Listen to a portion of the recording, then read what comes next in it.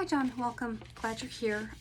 Let's talk about your scores for the Beck inventories. We can go over those and talk about what they mean, and if at any time you have any questions, feel free to jump in, ask me as we go through, or at the end if there's anything that didn't make sense and you want more thorough explanation, I can certainly do that. Okay, so Beck assessments. You took the Beck Depression Inventory Assessment, and that gauges the severity of depression. You took the Beck Hopelessness Scale Assessment, and that relates specifically to your thoughts on the future, optimism and pessimism and so on. Beck's scale for suicide ideation. This one is specific to thoughts of suicide. So that would be plans of suicide or intentions, or even talking about those plans.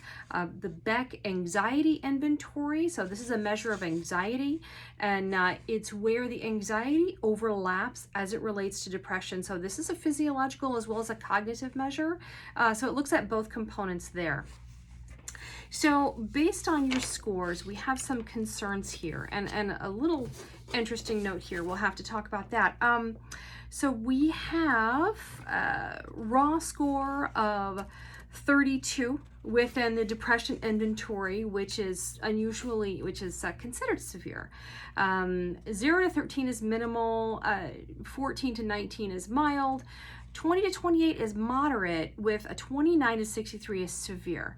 So typically what we would do with a score like that is at 28, that would be an indication that we need to reach out for some supportive help, maybe contact someone for psychiatric care.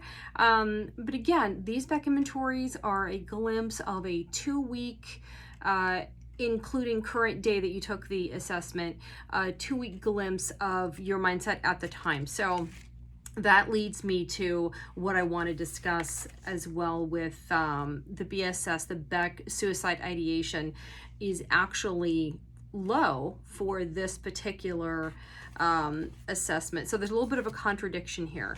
So with the question items, you included as a contradiction that you have a moderate to strong wish to live, you have a weak wish to die, you have no desire to kill yourself. I would try to save my life if I found myself in a life-threatening situation. I have never attempted suicide. So those, you have a raw score of 2 on that, which is actually a very positive thing, but there's a couple explanations for why that contradiction might have occurred. So that might be an impulsivity where you do not have a fear of self-harm or harm to or feeling harm, or that could indicate that you have a shift in thinking. So we have a couple of things.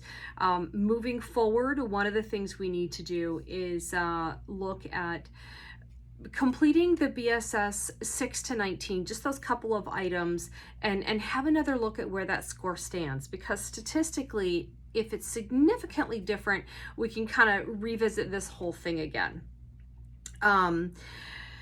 We need to look at support, what kind of support systems you have, maybe look at definitely some monitoring. So that would be, I have it in your record that you're married, so if we can maybe talk to your wife about doing some monitoring, which would also include self-monitoring.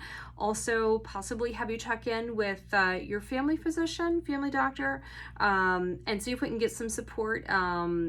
And if medications are needed or that's deemed as necessary, that might be something that might help make you feel better. Yeah, take a look at where those scores lie. So I believe that is what we have today, and I think we will follow up soon. Thank you.